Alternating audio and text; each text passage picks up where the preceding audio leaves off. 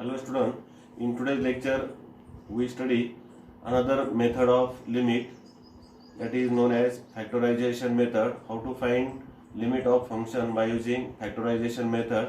Now we can solve some examples in this lecture by using factorization method. In last lecture we solved examples of limit by using formula method. Now in this lecture there is another method of limit which is known as factorization method. Now how to solve limits by using factorization method? There are in this method there are special type of functions. Now consider the problem.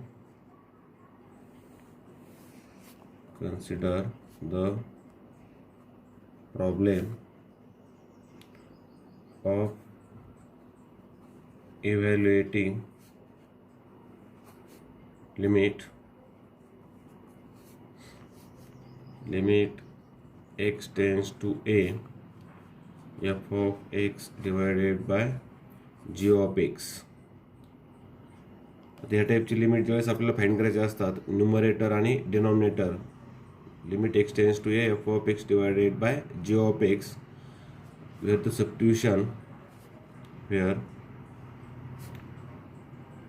substitution x is equal to a, reduce it to indeterminate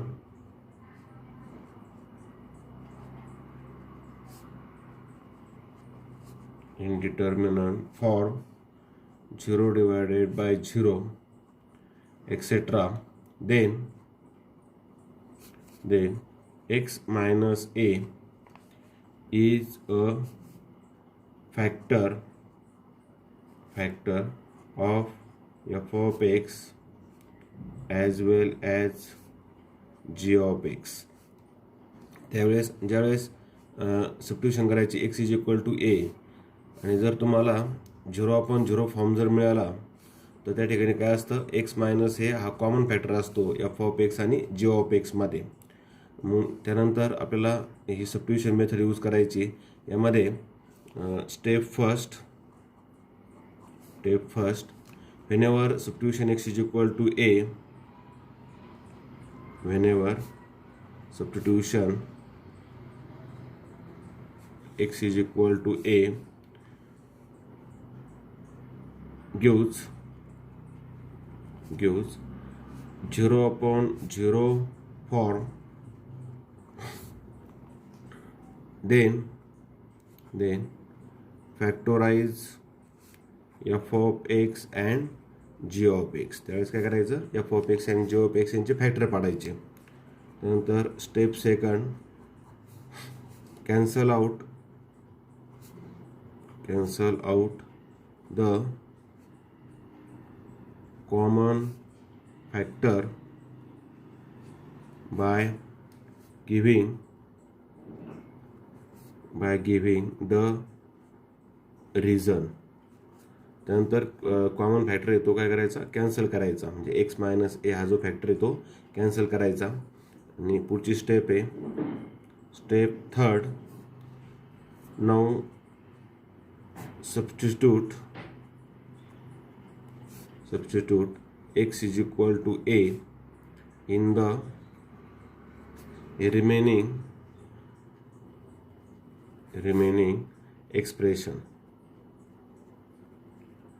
नंतर शेवटची step काय करायची, जे काही expression राहिलं असेल त्याच्यामध्ये x is equal to a put करायचं आणि आपलं लिमिट फाइंड करायचं अँड इव्हॅल्युएट लिमिट. या पद्धतीनं जर आपण फाइंड केलं तर आपल्याला लिमिटचं उत्तर मिळेल. त्याच्यामध्ये पुढची एक्झरसाइज आहे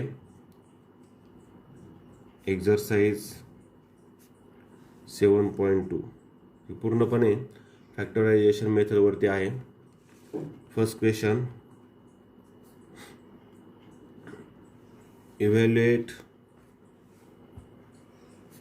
limit x tends to 2 x minus 2 divided by x square plus x minus 6. सोल्युशनमध्ये आता या ठिकाणी पहा, हे जे फंक्शन आहे एफ ऑफ एक्स म्हणजे x minus 2, g of x म्हणजे x square plus x minus 6, याला जी ऑफ एक्स म्हणायचं, वरच्याला एफ ऑफ एक्स म्हणायचं. इथे एक्स टेन्स टू 2a म्हणजे एची किंमत किती आहे 2. आता आपल्याला f of x upon g of x या टाईपचं ते फंक्शन आहे. आता जर एक्सची किंमत मी 2 पुट केली, put x is equal to 2 in numerator and denominator, then we get x minus 2 minus 2 0 divided by 0 square plus 0 म्हणजे 2 square, the 2 square किती येईल 4 plus 2 minus 6 म्हणजे 0 upon 0 फॉर्म येईल. जर x is equal to 2 put केलं तर काय येतं 0 upon 0 फॉर्म म्हणजे इनडिटर्मिनंट फॉर्म येतो. त्यानंतर आता स्टेप 1 आपण कंप्लीट केली. आता स्टेप सेकंड काय सांगते, cancel out the common factor, म्हणजे आता आपले याचे फॅक्टर पाडावं लागतील. So L is equal to limit x tends to 2 x minus 2. इथं कॉमन फॅक्टर कोणता असणार आहे एक्स मायनस 2. न्यूमरेटरला आहे एक्स मायनस 2. आता डिनॉमिनेटरचे आपण फॅक्टर पाडूया. डिनॉमिनेटरचे फॅक्टर पाडत असताना आपल्याला इथं क्वाड्रिक इक्वेशन आहे x square plus x minus 6. आता असे दोन नंबर पाहिजे ज्यांचं मल्टिप्लिकेशन -6 आणि ॲडिशन 1 यायला पाहिजे. तर 3 आणि -2 हे ते दोन नंबर आहेत. म्हणजे याचे फॅक्टर आपल्या पडताना असेल एक्स प्लस 3 आणि दुसरा फॅक्टर असेल एक्स मायनस 2. आता इथं कॉमन फॅक्टर जो आहे तो आपल्याला कॅन्सल करायचा आहे. एक्स मायनस 2 हा कॉमन फॅक्टर आहे, तो आपण कॅन्सल केला. लिमिट एक्स टेन्स टू 2 राहिलेलं एक्सप्रेशन वरती 1 राहील आणि खाली काय राहील एक्स प्लस 3. आता स्टेप 3 मध्ये काय करायचं, now substitute x is equal to a in the remaining expression. म्हणजे आता जे कॅन्सल करून जे एक्सप्रेशन राहिलं आहे त्यामध्ये x is equal to a put करायचं. म्हणजे एक्स इज इक्वल टू काय पुट करावं लागेल 2 आपल्याला पुट करावं लागेल. म्हणजे आपल्याला असं होईल न्यूमरेटरमध्ये 1च आहे त्यामुळे 1 नाही राहील.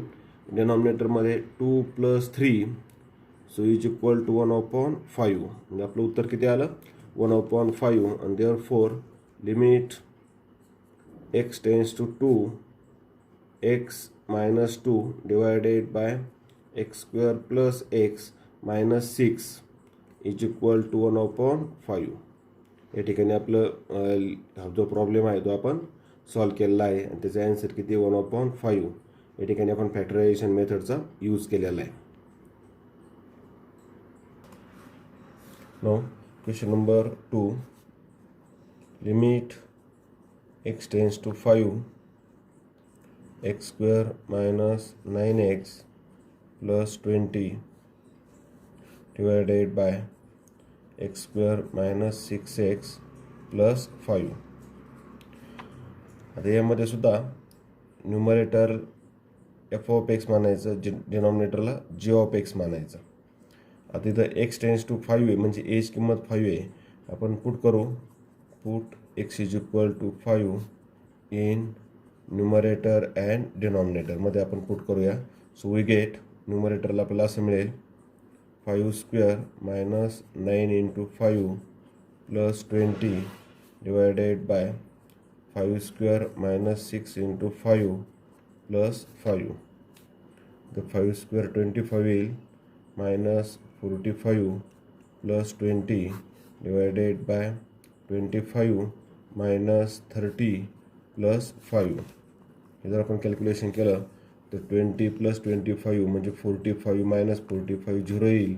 आणि या ठिकाणी 25 + 5 30 मायनस 30 0 येईल. म्हणजे ज्यावेळेस आपण x is equal to 5 put करतो त्यावेळेस आपल्याला कोणता फॉर्म मिळतो 0/0. यालाच काय म्हणायचं इनडिटर्मिनंट फॉर्म. असा फॉर्म जर आपल्याला मिळत असेल तर या ठिकाणी आपण फॅक्टरायझेशन मेथड यूज करणार आहोत. ना आता या ठिकाणी जो कॉमन फॅक्टर आहे तो काय असेल एक्स मायनस ए म्हणजे एक्स मायनस 5 हा कॉमन फॅक्टर असेल न्यूमरेटर आणि डिनॉमिनेटरमध्ये. तो कॉमन फॅक्टर आपल्याला शोधायचा आहे आणि कॅन्सल करायचा आहे. ठीक आहे. So L is equal to limit x tends to 5. आता या ठिकाणी पहा याचे आपल्याला फॅक्टर पाडायचे आहेत असे 2 नंबर शोधायचे ज्यांचं मल्टिप्लिकेशन 20 येतं आणि सबट्रॅक्शन तिची ॲडिशन ही -9 येते. असे 2 नंबर आपल्याला शोधायचे आहेत. -5 आणि -4, -5 आणि -4 इथे 2 नंबर आहे. म्हणजे असं लिहिता येईल आपल्याला x² - 5x - 4x + 20. त्यानंतर डिनॉमिनेटरला असे 2 नंबर शोधायचे, मल्टिप्लिकेशन 5 आणि ॲडिशन -6 म्हणजे -5 - 1 x² - 5x - x + 5. Limit x tends to 5. आता या 2 टर्ममधून आपण x कॉमन घेणार आहे. x - 5 -4 कॉमन घेऊ, x - 5. या 2 टर्ममधून x कॉमन घ्या, x - 5 -1 कॉमन घेतला, x - 5. म्हणजे लिमिट x टेन्स टू 5. वरती आपल्याला पुन्हा x - 5 कॉमन घेता येईल. ब्रॅकेटमध्ये राहील x - 4. या ठिकाणी x - 5 कॉमन घेता येईल. इथं राहील x - 1. आता कॉमन फॅक्टर आपल्याला मिळालेला आहे x - 5. तो कॉमन फॅक्टर काय करायचा आहे, कॅन्सल करायचा आहे. या ठिकाणी असं येईल लिमिट x टेन्स टू 5. वरती राहील x - 4, x - 1. आता राहिलेल्या एक्सप्रेशनमध्ये स्टेप 3 नुसार x = 5 पुट करायचं. जिथं x असेल तिथं 5 पुट करायचं. म्हणजे आपल्याला असं मिळेल 5 - 4 / 5 - 1 = 1/4. म्हणजे ह्या लिमिटची किंमत किती आली, 1/4. आणि therefore limit x tends to 5 x² - 9x + 20 / x² - 6x + 5 = 1/4. या ठिकाणी प्रॉब्लेमचं सोल्युशन संपलं. Next problem is question number 3. Limit x tends to 3 x² - x - 6 / x³ - 3x² + x - 3. आता या प्रॉब्लेममध्ये पुन्हा f(x) हा न्यूमरेटर कन्सिडर करायचा, g(x) डिनॉमिनेटरला कन्सिडर करायचा. पुन्हा आपण x = 3 पुट करणार आहोत. So put x = 3 in numerator and denominator. So we get 3² - 3 - 6 / 3³ - 3 × 3² + 3 - 3. Calculation करू आपण. 3² म्हणजे किती, 9. 9 - 3 - 6 / 3³ 27 - 3 × 9. या ठिकाणी +3 - 3 कॅन्सल होतील. ठीक आहे, इथे 0 येईल. = आता -3 - 6 - 9 म्हणजे 0 येईल. / 27 - 9 × 3 27 म्हणजे 0 येईल. म्हणजे पुन्हा आपण x = 3 पुट केलं तर आपल्याला कोणता फॉर्म मिळतो, 0/0 फॉर्म. म्हणजे या प्रॉब्लेममध्ये आपल्याला फॅक्टरायझेशन मेथड यूज करायची. सो फर्स्ट काय करावं लागेल आपल्याला, तर फॅक्टर पाडावं लागतील. कॉमन फॅक्टर x - 3 आहे, तो न्यूमरेटर आणि डिनॉमिनेटरमधून फाईंड करायचा आणि कॅन्सल करायचा. ठीक आहे, आता आपण फॅक्टर पाडूया. आता x² - 6 याचे फॅक्टर पाडणं सोपं आहे, कारण इक्वाड्रेटिक इक्वेशन आहे. असे 2 नंबर शोधायचे ज्यांचं मल्टिप्लिकेशन -6 येईल, ॲडिशन -1 येईल. आता ते 2 नंबर पहा. -3 आणि मल्टिप्लिकेशन त्या ठिकाणी -6 आलं पाहिजे आणि ॲडिशन -1 आले पाहिजे.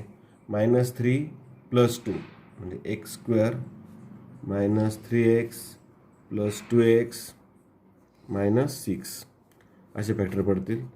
x कॉमन घेऊ आपण, x - 3. या ठिकाणी 2 कॉमन घेऊ, x - 3. म्हणजे काय फॅक्टर पडले एक्स मायनस 3 सेकंड ब्रॅकेटमध्ये एक्स प्लस 2 हे 2 फॅक्टर पडतील. आता डिनॉमिनेटरमध्ये इथं क्युबिक इक्वेशन आहे, त्यामुळे याचे फॅक्टर सहजसहजी आपल्याला पाडता येणार नाही. तर आपल्याला या ठिकाणी सिंथेटिक डिव्हिजनचा यूज करावा लागेल टू फाइंड फॅक्टर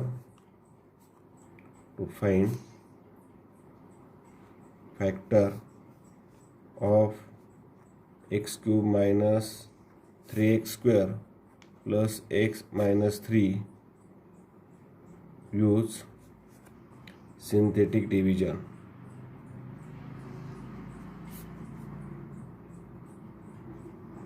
सिंथेटिक डिव्हिजनचा आपल्याला ठिकाणी यूज करायचा आहे. आता डिव्हिजनमध्ये एक फॅक्टर आपल्याला माहिती आहे 3 आणि नंतरचे जे आहेत ते हे क्वाड्रेटिक इक्वेशनचे कोएफिशियंट आपल्याला त्या ठिकाणी लिहायचे. हे पहा डिक्रीजिंग ऑर्डरमध्ये कोएफिशियंट लिहायचे. याचा 1 त्यानंतर -3 1 आणि शेवटी काय -3.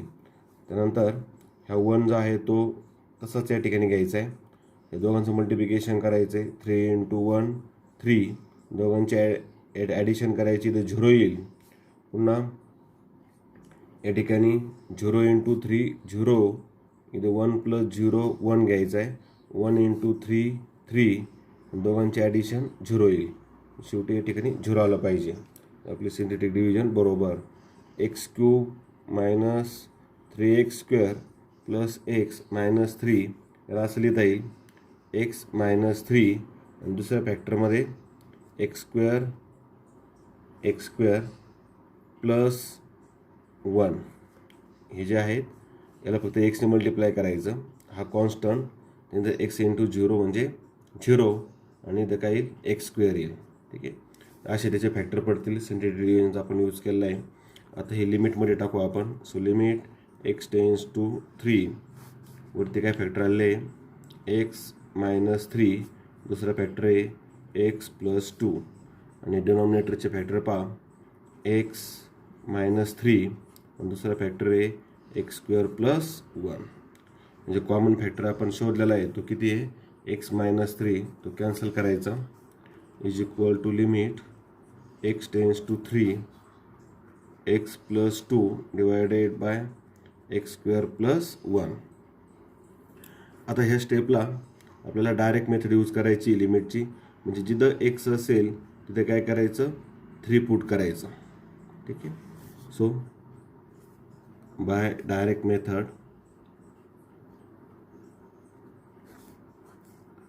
इज इक्वल टू इथं एक्स आहे तिथं 3 पुट केला 3 + 2 डिवायडेड बाय 3 स्क्वेअर प्लस 1.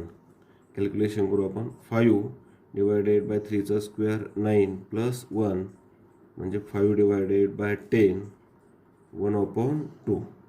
ठीक आहे, म्हणजे आपल्या लिमिटचं उत्तर किती आलेलं आहे 1/2. लिहिताना असं लिहू शकतो आपण limit x tends to 3 x square minus x minus 6 divided by x cube minus 3x square plus x minus 3 is equal to 1/2. ठीक आहे, ह्या पद्धतीनं आपण इथं थोडा प्रॉब्लेम वेगळा आहे. सिंथेटिक डिव्हिजनचा आपण यूज केला आहे. जर क्वाड्रेटिक इक्वेशन असेल तर फॅक्टर पाडणं सोपं जातं, परंतु जर क्युबिक इक्वेशन असेल तर त्या ठिकाणी काय करायचं अशा प्रकारे सिंथेटिक डिव्हिजनचा यूज करायचा आणि त्याचे फॅक्टर पाडायचे. ठीक आहे, ह्या टॉपिकमध्ये फक्त जास्तीत जास्त क्युबिक इक्वेशन त्या ठिकाणी असू शकतात. अशा पद्धतीनं लिमिटचे प्रॉब्लेम आपण फॅक्टरायझेशन मेथडचा यूज करून त्या ठिकाणी सॉल्व्ह करू शकतो. ठीक आहे, तर या लेक्चरमध्ये आपण या ठिकाणी थांबणार आहोत. पुढच्या लेक्चरमध्ये राहिलेले प्रॉब्लेम पाहूया.